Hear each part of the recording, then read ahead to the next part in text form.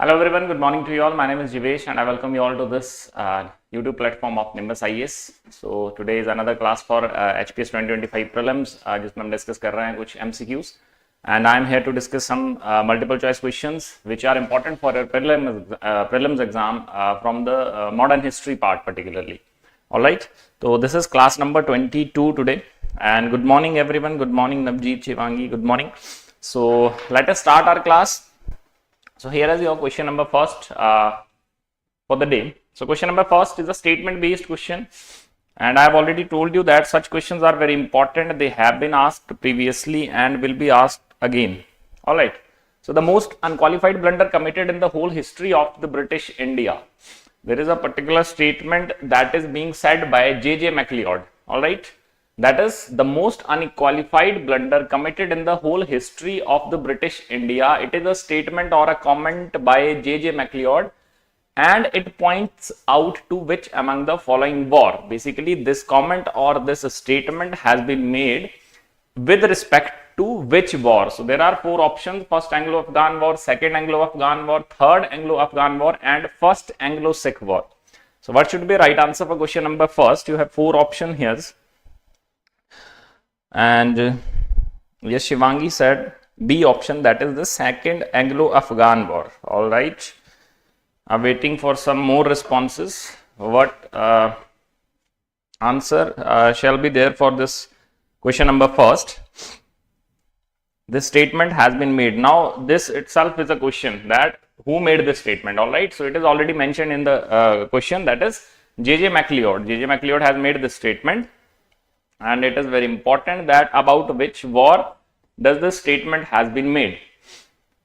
So here Ishika, Abhishek and Seema, Rishu, everyone answered A. Good morning Ishika. Navjeet also answered A. Abhishek also answered A. So option number A, Tanu Sharma, good morning. So it is first Anglo-Afghan war. Yes, absolutely right. First Anglo-Afghan war basically is considered as a blunder in British Indian history. All right.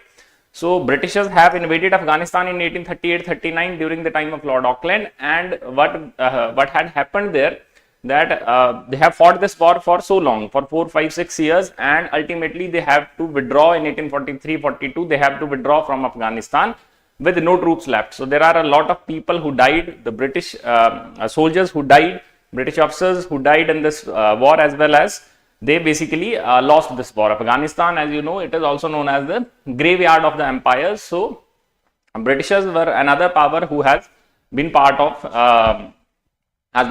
this Anglo-Afghan rivalry. So it is Anglo-Afghan war, that is first Anglo-Afghan war. Keep it in mind, it is the first Anglo-Afghan war about which this particular statement has been made by J.J. MacLeod. All right. Okay, next question is our question number second. Second is All India Kisan Sabha, which was the first peasant organization of India, was constituted in which year? So there are various organizations, various political parties, various socio-religious organizations which are meant to be for the social religious reform, particularly in the 19th century. So it is an important question that has been previously asked, and it is that All India Kisan Sabha, which was the first peasant organization, it has been constituted in which year? And you will also let me know that who constituted or who has established this All India Kisan Sabha. All right, so what should be right answer? Good morning everyone, good morning. So question number second, everyone has given almost a similar answer, that is option number B. Option number B is 1936. Okay, you will also let me know who has established or who was the president of this All India Kisan Sabha. It was established in 1936, and yes, absolutely right, Sahajanand Saraswati, Swami Sahajanand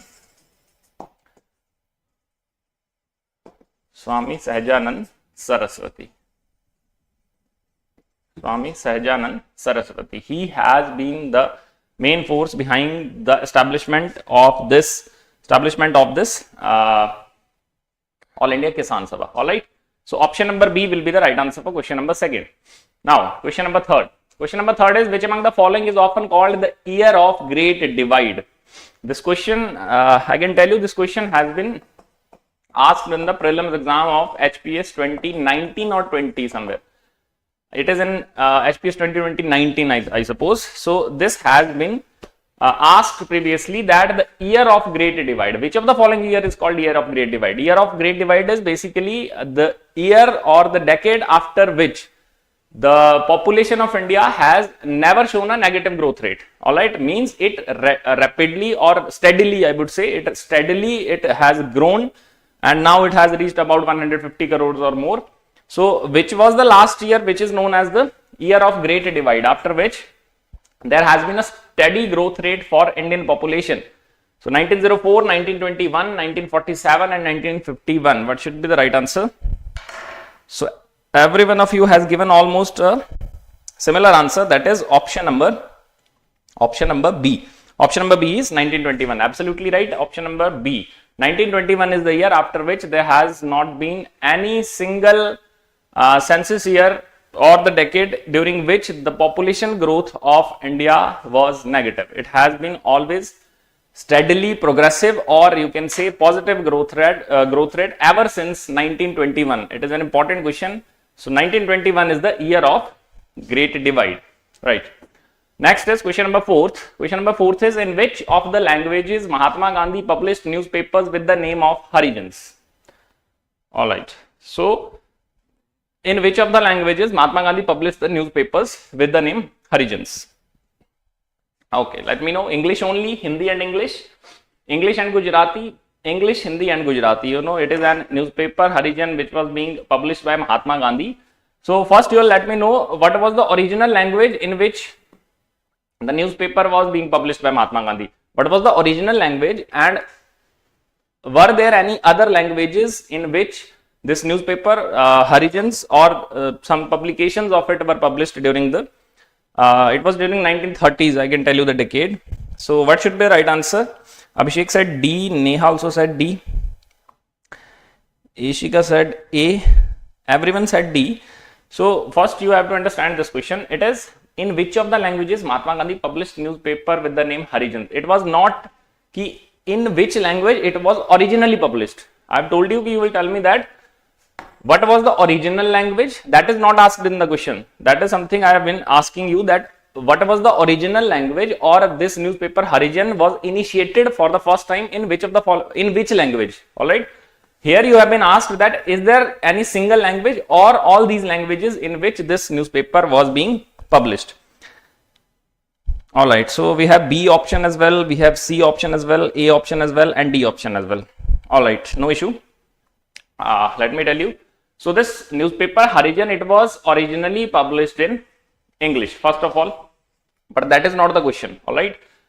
It was originally published or initiated in English, and thereafter there have been multiple editions like Gujarati, Hindi edition. Like in Gujarati, it was known as Harijan Bandhu or something like that was the name of the publication, which is being printed in this Gujarati language. All right.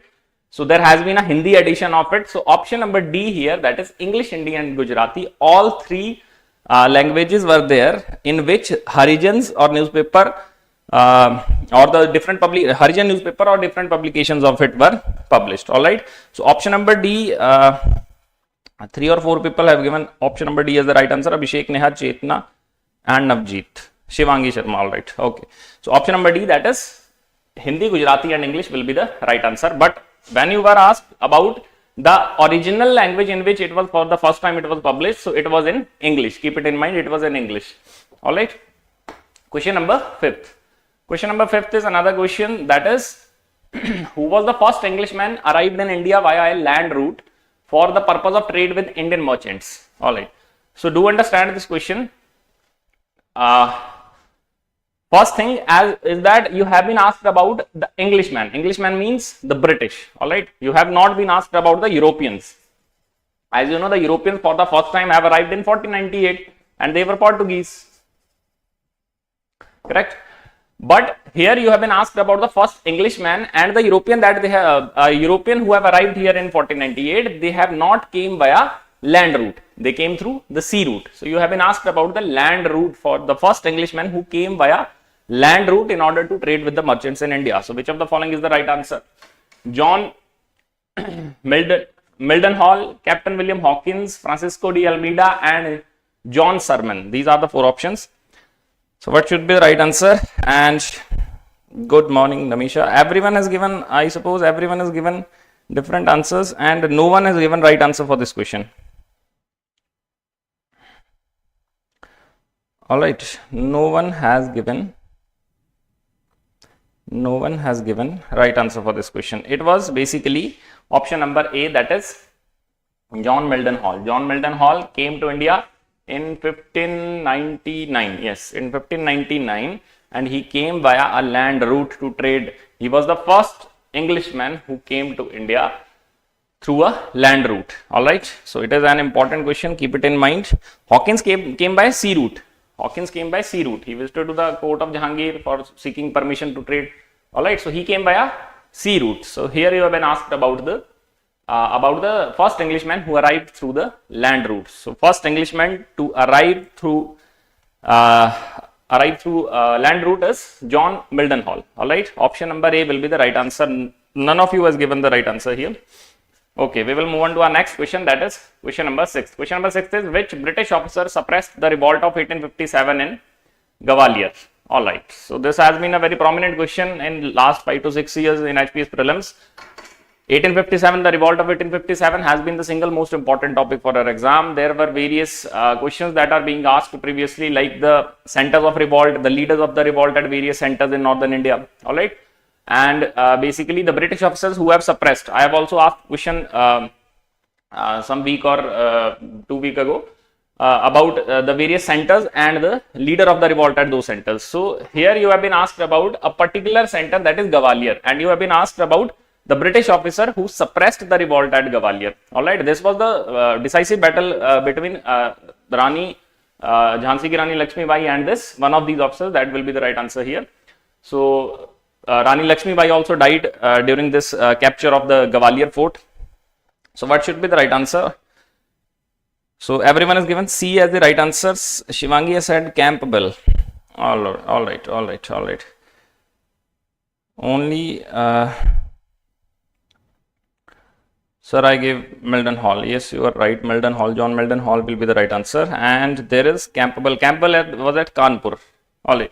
So everyone has given option C as the right answer. It is General Hugh Ross. Hugh Ross was the British Army officer who had this battle with Tatya Tope, Rani Lakshmi Bai for capturing. He actually captured the fort of Gwalior in 1857, and Rani Lakshmi Bai also died in this battle that she encountered with General Hugh Ross. So option number C here will be the right answer. General Hugh Ross was the British Army officer who has captured this fort of Gwalior or suppressed the revolt in 1857 at Gwalior. So all of you has given almost a similar answer. Option number C. Yes, well done. Okay. We will move on to our next question, that is question number 7. Question number 7 is, consider the following statement regarding the first Factory Act of 1881. All right. So you have been given these 3 statements about the first Factory Act.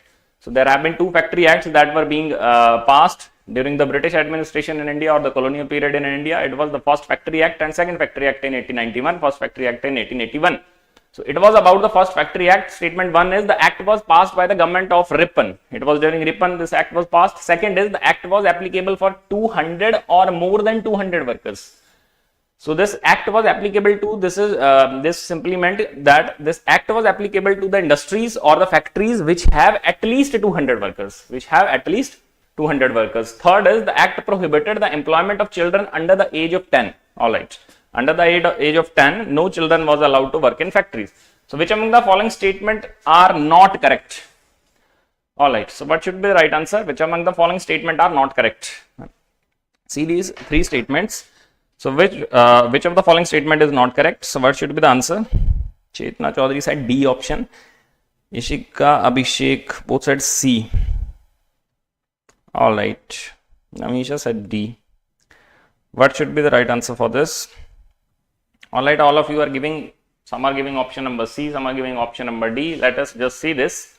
So first is the act was passed during the government of Ripon. Absolutely right, 1881. From 1880 to 1884, Lord Ripon has been the Viceroy of India. So first statement is correct, and you have been asked about the not correct option. So option number A is eliminated. and only option A is eliminated. Okay, let us analyze the second statement, that it is applicable for 200 or more than 200 workers. It was 100, minimum 100 workers. At least 100 workers should be there in any factory in order to see the applicability of this particular act. So it was minimum 100 number of workers for which this act was applicable. So second statement is wrong. So option number D also gets eliminated. So you are left with option B and C. Okay. The act prohibited the employment of children under the age of 10. No, 7.